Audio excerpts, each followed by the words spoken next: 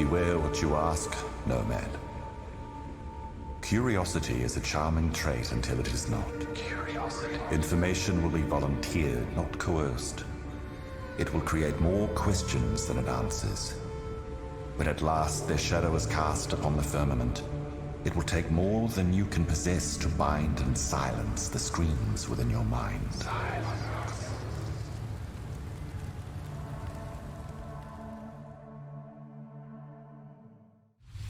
What drives you, exile?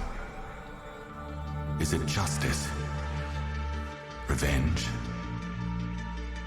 Honor? No. It is power.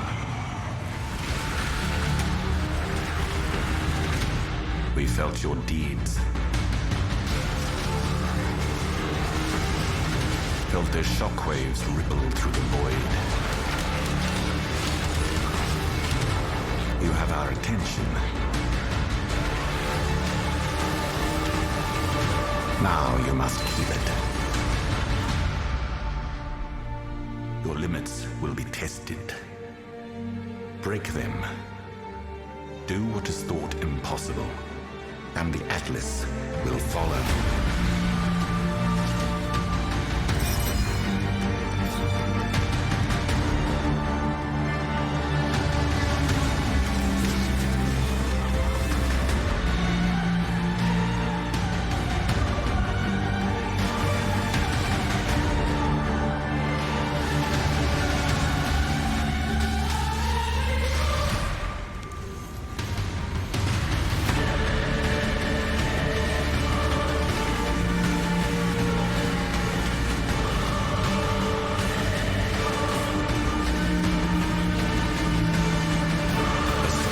Themselves will bear silent witness. How far will you bend before you break?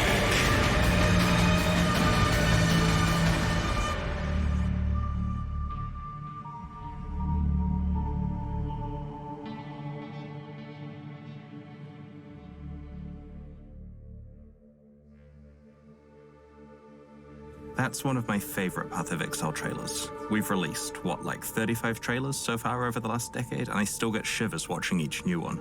Props to our video guy Eben for great work as usual. So there's a lot to cover based on what we've just seen. Let's get right into it. In 2016, we introduced the Atlas of Worlds, a formal progression system for Path of Exile's endgame maps that culminated in a pinnacle boss fight against the Shaper. Since then, the War for the Atlas and Conquerors of the Atlas expansions have expanded the Atlas system, introduced new endgame bosses, broadened mechanics, added new rewards, and provided more opportunity for mastery of Path of Exile's endgame. The Echoes of the Atlas expansion introduces a new pinnacle boss, a new way to fight many map bosses at the same time, 11 new maps to explore, and new endgame rewards to earn. Just a few map tiers into Echoes of the Atlas, you will begin to encounter an NPC called the Envoy. It seems that when the Elder was sealed, its absence didn't go unnoticed. The Envoy speaks ominously of new visitors to the Atlas. The first such visitor, and the focus of this endgame expansion, is an entity called the Maven. You'll first encounter the Maven in the boss arena of a map, where she will make the boss encounter more difficult and watch as you do your best to defeat it. If you're successful, she'll give you her beacon, which lets you call her to any map in that region so she can watch more fights.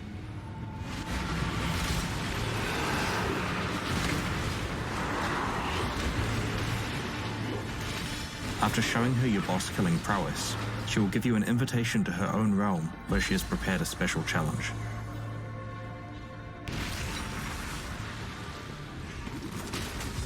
The Maven really wants to push you to your limits and has fabricated copies of the bosses she watched you defeat. This time, however, you'll have to defeat them simultaneously.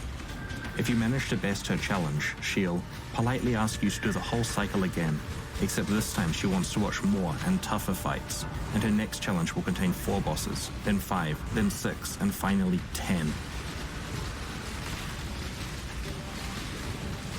If you're persistent and talented, you may even get to fight the Maven herself, in a very difficult boss encounter designed to challenge the strongest and best Path of Exile players.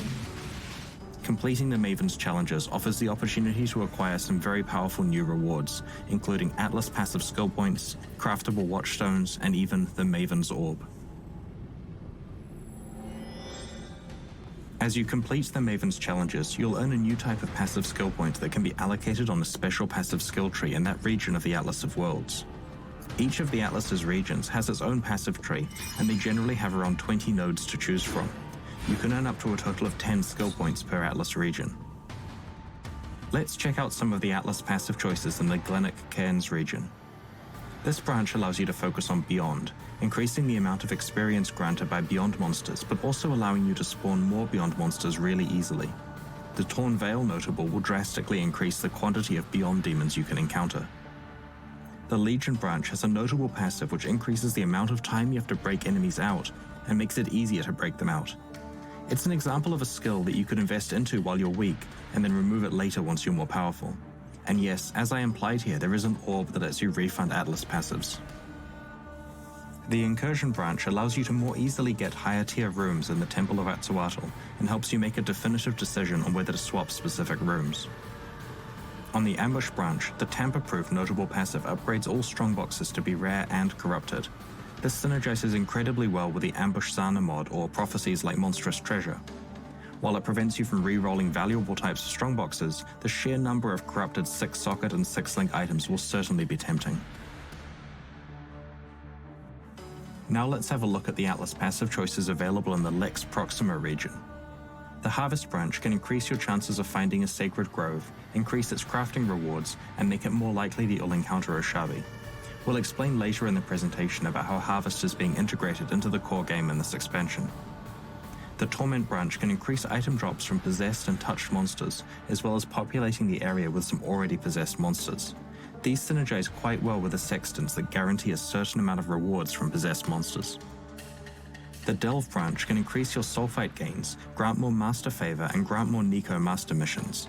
The Sulfite Infusion notable passive grants Sulfite for defeating map bosses, regardless of whether the area has Nico present. This means that you'll be constantly gaining Sulfite for every map you do in a region, which is a great strategy if you're not already using Sulfite Scarabs aggressively. There are also Breach passives, which increase your chances of encountering a breach and ramp up the difficulty and rewards of your breaches. Naturally, new endgame content means new endgame rewards. Watchstones are an endgame item that can be placed in the Atlas of Worlds to upgrade a region's map tiers and add new base maps to that region. There are two types of existing Watchstones: quest item ones that can upgrade a region and can't be traded between players, and unique Ivory Watchstones that provide special bonuses and can be traded. These unique ones are consumed after a number of maps are run. The Echoes of the Atlas expansion introduces 3 new types of craftable Watchstones: Titanium, Chromium, and Platinum.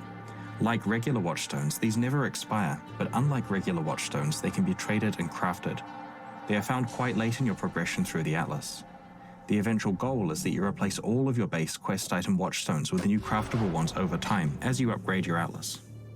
Each of these 3 types of new Watchstone has its own special mod pool, but there's also a shared mod pool that they all draw from.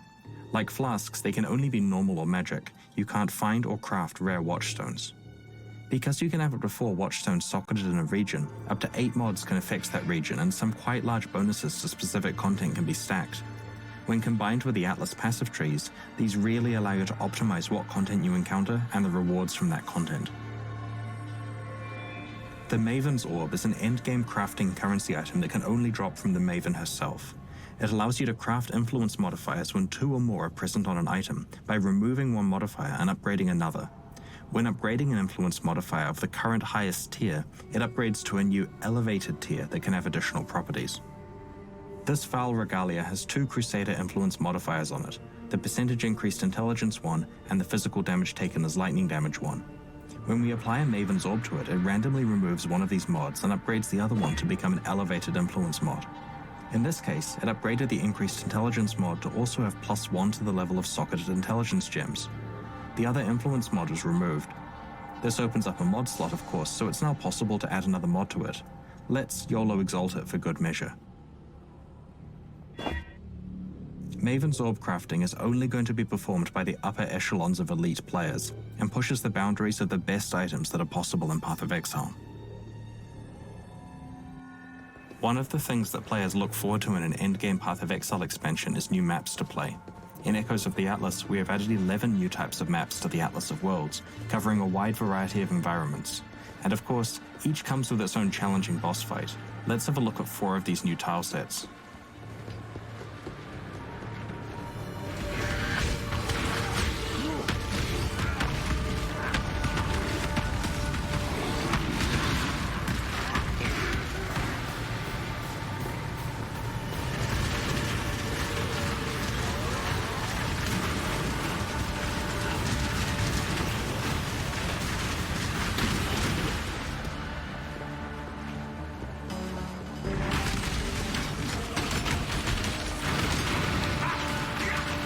One of the reasons why these new maps look so good is that the environment art tile set and level design teams working on them have been doing so much work on Path of Exile 2 recently.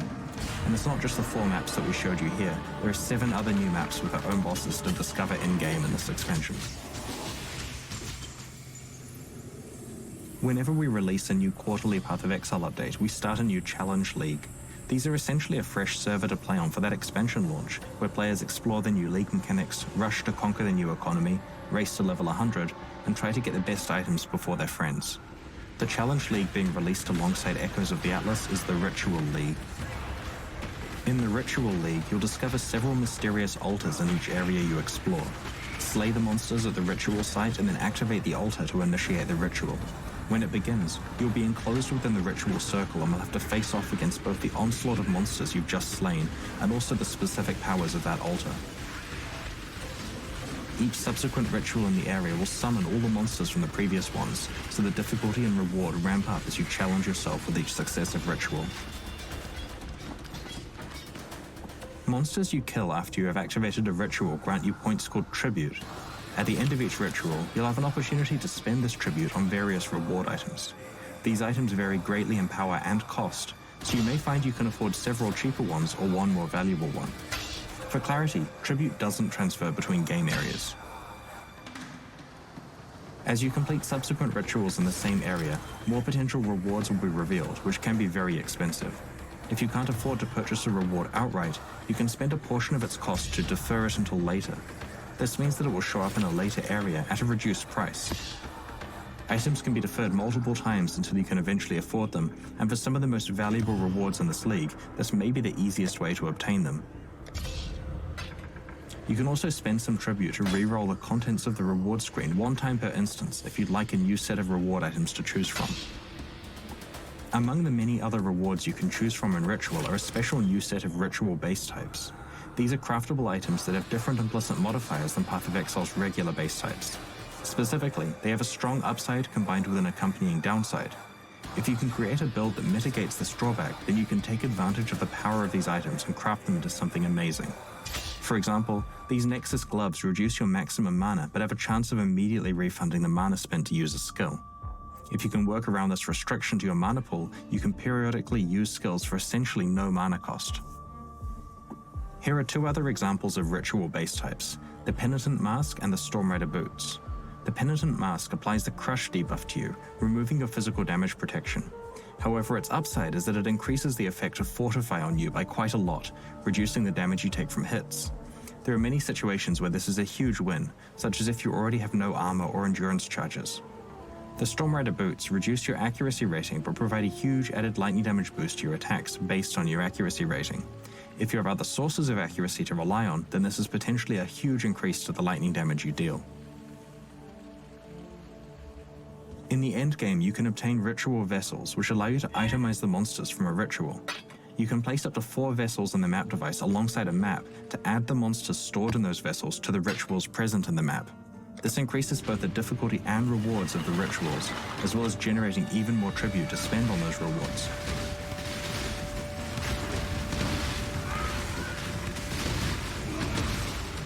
For example, because there's a chance of encountering a Headhunter or Mirror of Calandra as rewards, using Ritual Vessels increases the chances you'll be offered those items and allows you to afford them. In addition, you can use these vessels to substantially increase monster density in maxed out maps that have mechanics like Beyond or Delirium present. Using vessels, you have control over the risk and reward of your hardest ritual encounters. Vessels are tradable both before and after they contain monsters. In addition to the new endgame content in the Ritual Challenge League, a large focus of the Echoes of the Atlas expansion is on its Ascendancy Classes. Path of Exile has 19 Ascendancy Classes, which let you specialize your character further than the base character classes allow. To unlock your Ascendancy class, you must find the Altar of Ascendancy at the end of the Lord's Labyrinth. In this expansion, we've rebalanced every one of these 19 classes and have significantly reworked 3 of them, the Elementalist, the Inquisitor, and the Deadeye. The aim of these changes is to redistribute and simplify power so that Ascendancy passive skills perform stronger single functions more effectively. Let's check some of them out. The Elementalist has always been a good general Ascendancy class for many elemental builds, but lacked really in-depth build options. Now you can pick which elemental ailments to use for greater build customization, as well as providing more consistent power against tougher enemies. The Elementalists can also protect themselves from a large amount of elemental damage. Bastion of Elements provides a significant defensive shield against elemental damage, which can be further improved by allocating more skills on your passive tree and Ascendancy tree. The Liege of the Primordial and Elemental skills focus on golem builds. Taking Liege of the Primordial now means that your golems are automatically resummoned 4 seconds after they die. To make your golems immune to elemental damage, you'll now need to spec into Elementor as well as Liege of the Primordial. Previously, the Shaper of Desolation skill forced you to improve both Shocking and Chilling, even if you didn't use both. We've now moved these benefits into their own branches, culminating in the Shaper of Flames, Winter, and Storm skills, allowing you to pick which ailments you improve. You can use and enhance Ignite, Chill, and Shock on any build. Mastermind of Discord no longer focuses on heralds and allows you to strip all elemental resistances from your enemies effectively.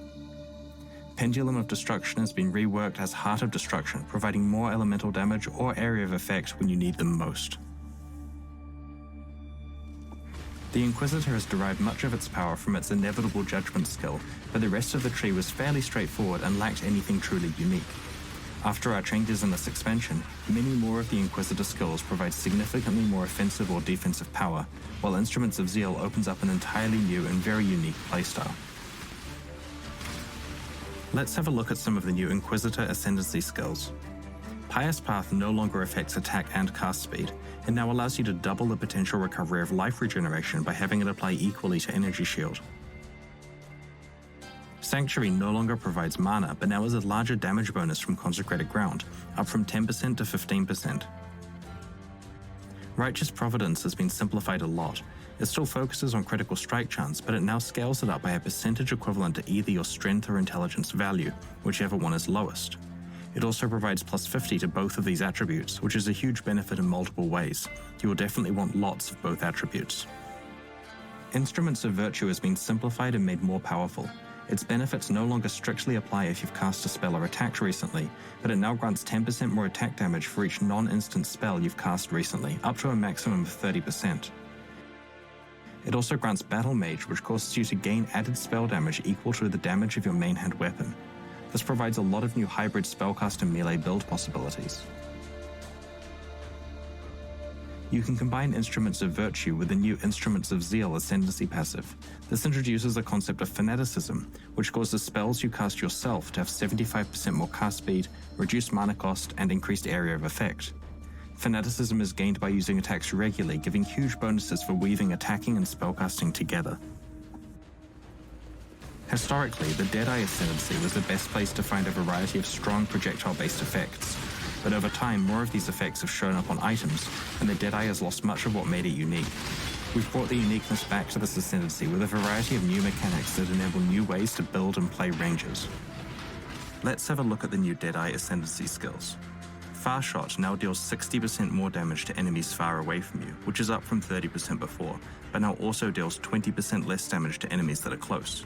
It no longer has a projectile speed bonus, but now removes the spread from your barrages. This additional damage rewards Deadeyes who can keep their distance from their targets.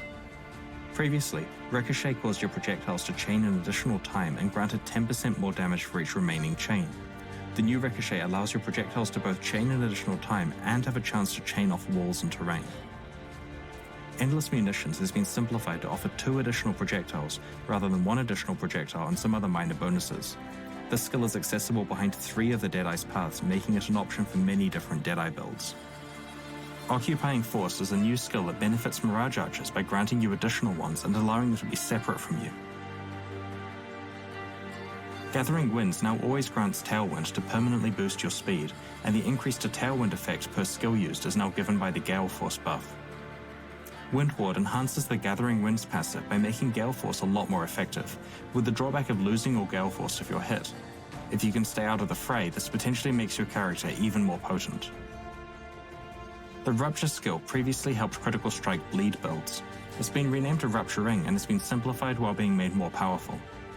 Critical strikes that inflict bleeding now also inflict Rupture, which causes bleeding enemies to lose more life, but their bleed expires more quickly.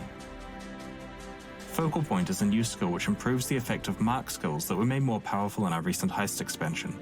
It increases the effect of your marks by 75% and makes surrounding enemies deal less damage to you. As you have seen, the Elementalist, Inquisitor, and Deadeye have undergone some major changes in this expansion. We have also improved the other 16 Ascendancy classes and will show you some of the changes to the Slayer to demonstrate what you can expect. Some Slayer effects were much stronger than others, limiting build choice. We've now provided more power spread out over a wider selection of passives, while allowing easier access to the Slayer's special leech mechanic. Brutal Fervor and Endless Hunger have switched places on their Ascendancy branch so that Life Leech is more accessible and can be further improved by speccing into Endless Hunger. Masterful Form still causes you to have endurance charges equal to the number of frenzy charges you have, but now grants an additional frenzy charge instead of increasing endurance and frenzy charge duration. Overwhelm's base critical strike chance for attacks with weapons has been increased. Hopefully you now have a good idea of the scope of changes that we have made to the 19 Ascendancy classes. While the biggest changes to the 3 we're heavily revamping, the Elementalist, Inquisitor, and Deadeye, all of the others have received at least numeric attention also. We believe that the new design philosophy for Ascendancy passives makes them easier to understand and that they are a more concentrated source of power. We look forward to revealing the rest of the changes next week. Like with improving Ascendancy classes, adding new skill and support gems to Path of Exile helps create new ways to play. In Echoes of the Atlas, we've introduced 2 new gems that provide versatile ways for you to build powerful new characters. These are the Hydrosphere skill gem and the Trinity support gem. First, let's have a look at Hydrosphere. This skill summons a huge sphere of water that you can move around to crush enemies. While it is active, you can apply cold or lightning ailments to it. It will then pulse for a duration, afflicting nearby enemies with damage matching that ailment. This player is applying Freeze to the Hydrosphere with Freezing Pulse, and that causes it to repeatedly damage surrounding enemies with cold damage. Here's the gem hover for Hydrosphere. This skill gem can be acquired from level 34 and can be supported with Spell, Area of Effect, Duration, Cold, Orb, Lightning, and Physical support gems. It pulses every 0.4 seconds while an ailment is applied to it. It also converts its physical damage to cold or lightning damage based on what ailments are on it. The Trinity support gem is designed to support builds that deal multiple types of elemental damage. While Trinity supports your skill, any hits that deal damage with a specific element will build resonance with the other 2 elements.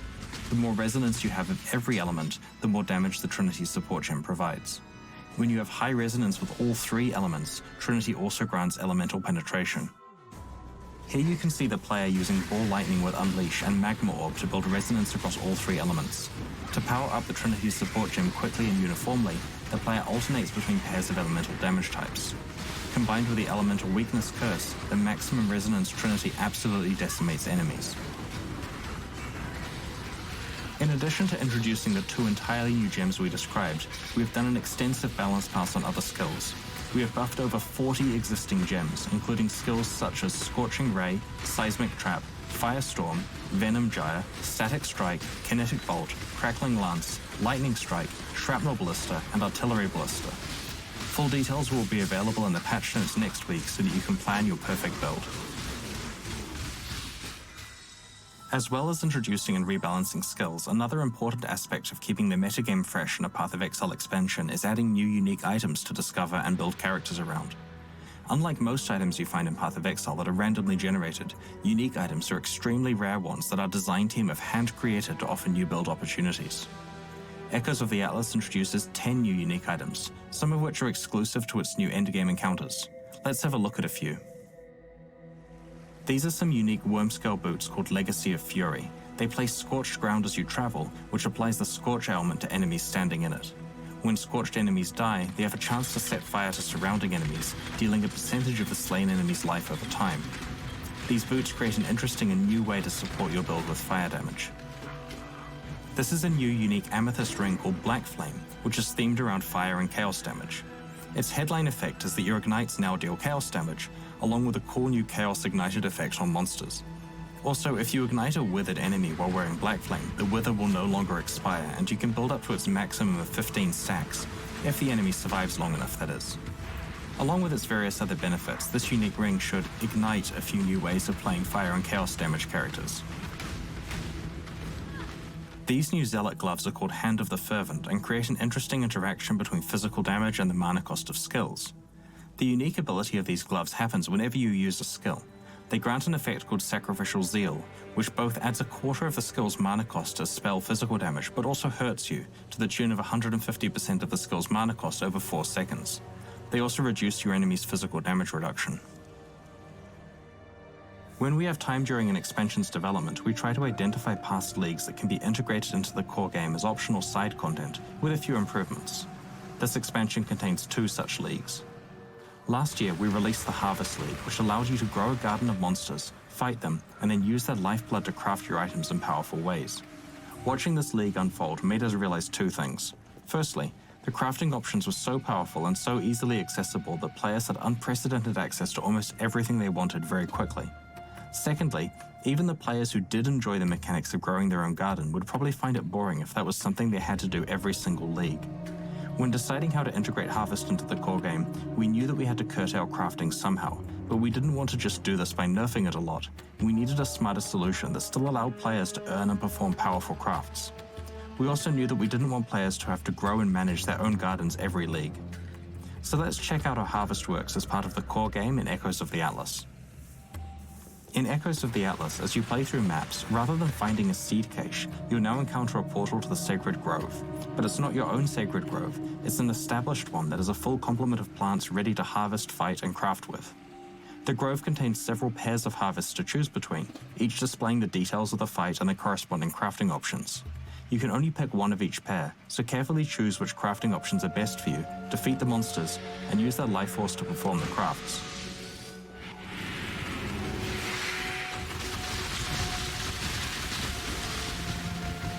If you're strong enough to kill the monsters, each grove represents quite a lot of crafting opportunities, and you can save up to 10 crafts for later use at the Hoarder crafting station, which is now available in your hideout.